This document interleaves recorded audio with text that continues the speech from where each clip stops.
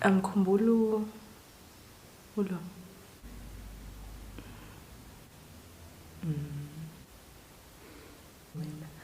Angithi u1 kusho ukuthi wakhetha ukuthi enze zakhe nje izinto. Kanti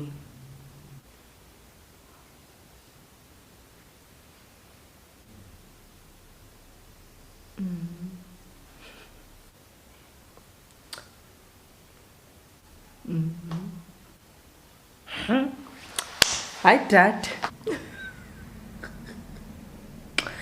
Hey ngiyakutshela friend ngazi ngayicrave isushi yazi nje ngazi ngayicrave isushi nje. Kona nesushi. Imnandi nje futhi ehamba nento nje ehlohlozayo nje phakathi. Ngashaya khona nje manje.